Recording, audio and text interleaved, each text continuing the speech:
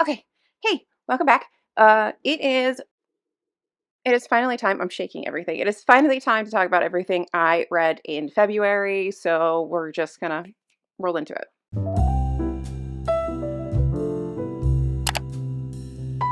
Okay. Hello.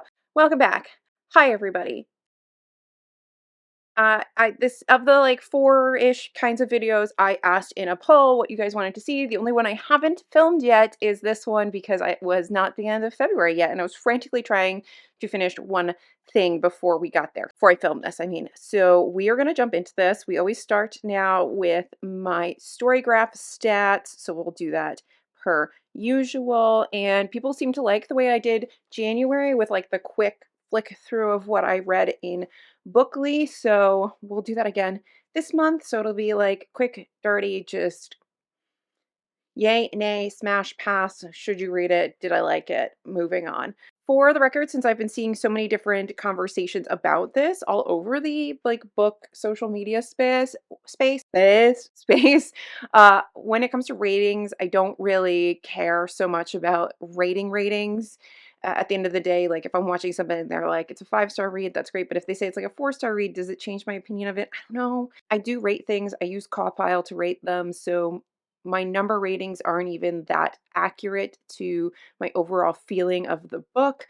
But in general, I think the most important thing is, do you think someone should read the book? So that's what we do here because it just makes sense to me. So in the month of February, I read 20 books plus one because we'll talk about that. So officially it's 20, but unofficially it's 21. My moods are normal moods, emotional, reflective, mysterious, and sad. Those are the books I like to read. I still don't understand this pace thing. Anyway, so I guess I still read predominantly medium paced, whatever that means. Page numbers are, I really read a lot of shorter books this month than I think I usually do, but there were still a couple chunky ones in there. I did get one nonfiction book in this month, so I'm very excited about that one. In my genres are pretty true to normal literary, and historical's a little bit weird that that's up there so far up at top. I had a lot of historical fiction in February, which is not normal for me, but it happened. And speculative, LGBTQIA plus, and sci-fi fantasy sort of tied there at the bottom. Those are all kind of to be expected.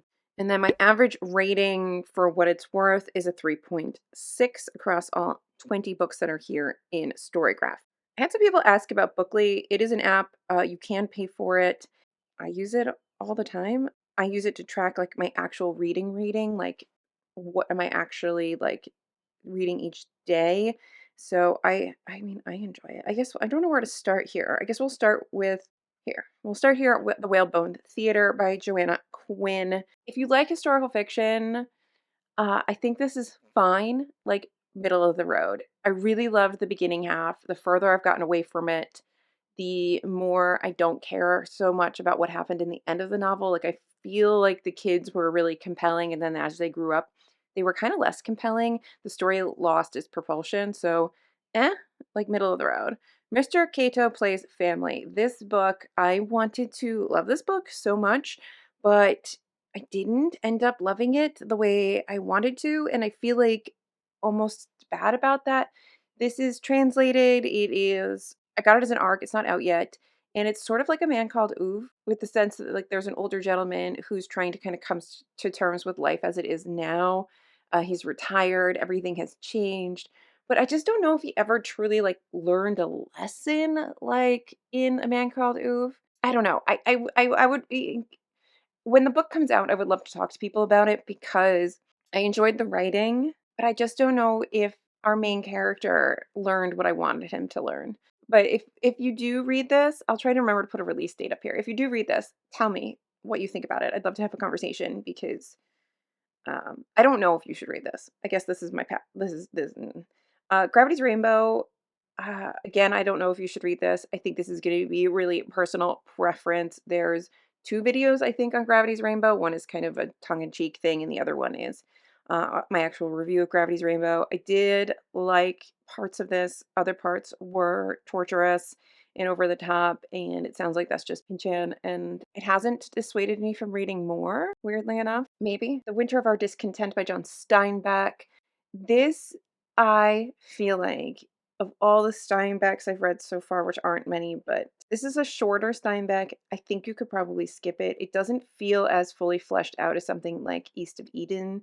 I think there's some interesting discussions going on in this because it is Steinbeck, but I just don't think it's as well done as some of his other books. So if you just had to skip something, I would skip it. All the Living and the Dead by Haley Campbell. This, I did enjoy this. It's sort of, I always find it hard to rate nonfiction books.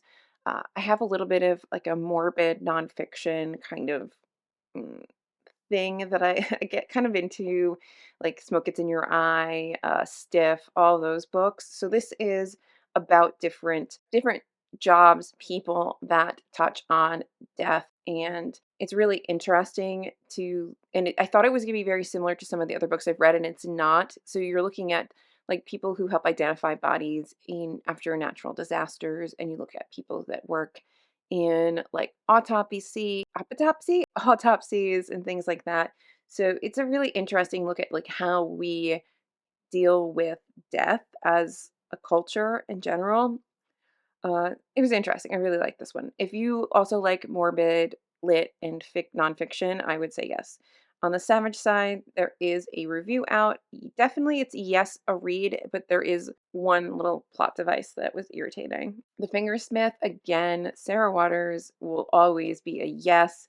I did enjoy this. It's gothic and spooky and always she always gives me Du Maurier vibes. It gives me like a little bit of Jamaica Inn vibes at times when you're with like the more criminal aspects of the story. It's I just love Sarah Waters. When We Lost Our Heads by Heather O'Neill is 100%, 5,000%. Please read this book.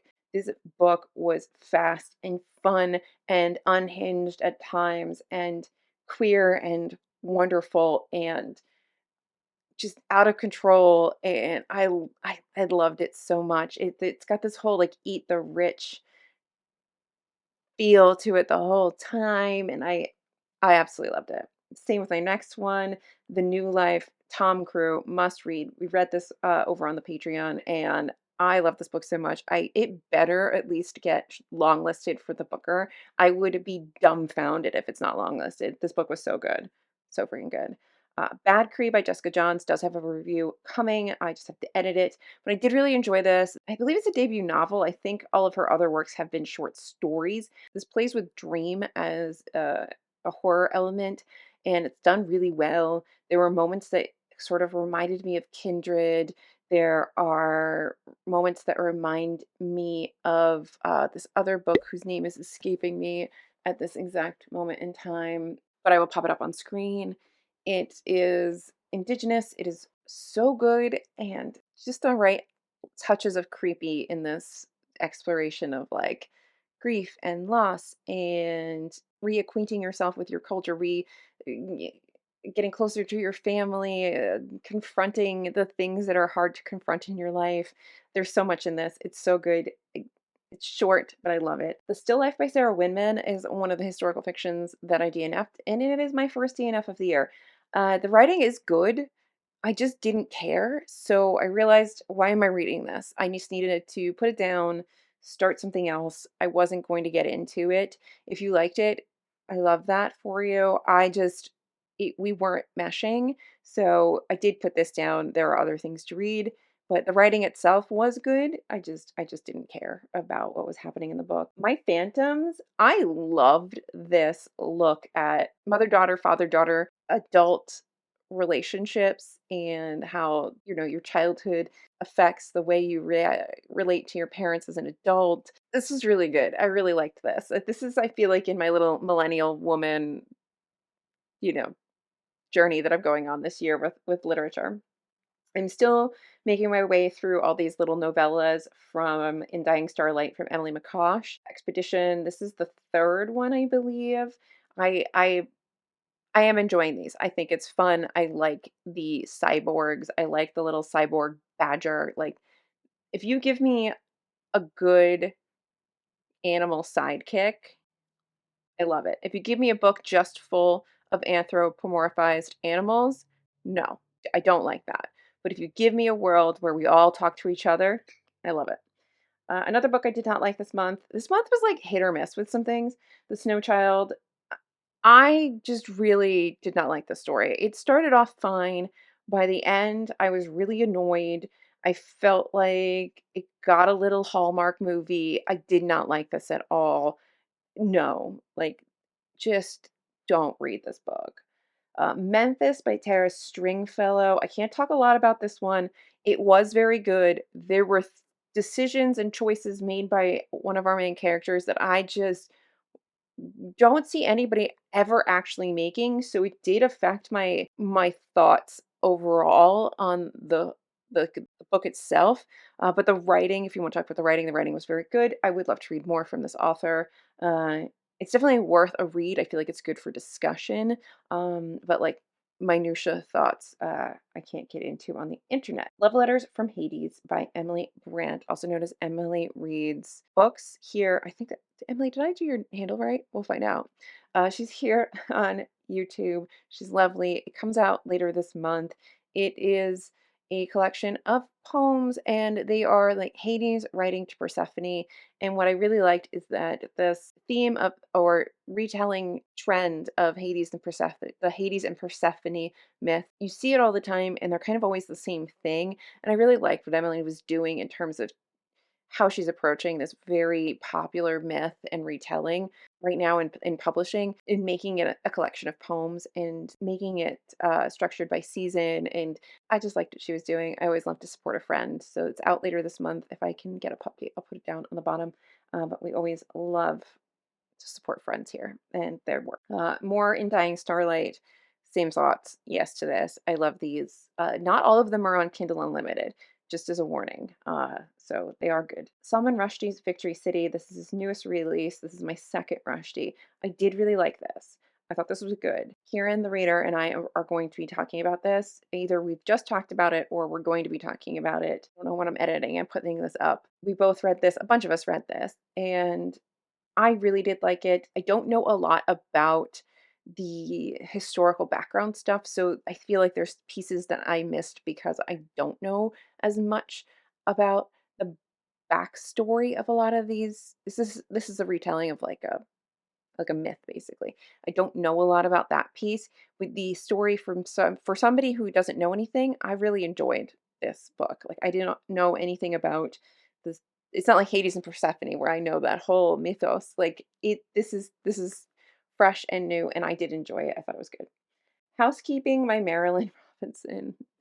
There were moments the writing was really good. There were moments the writing was just fine. And in general, I was it was fine. I think the problem is that when this was given to me, it was given to me as this is going to be the most amazing book ever, and that it wasn't.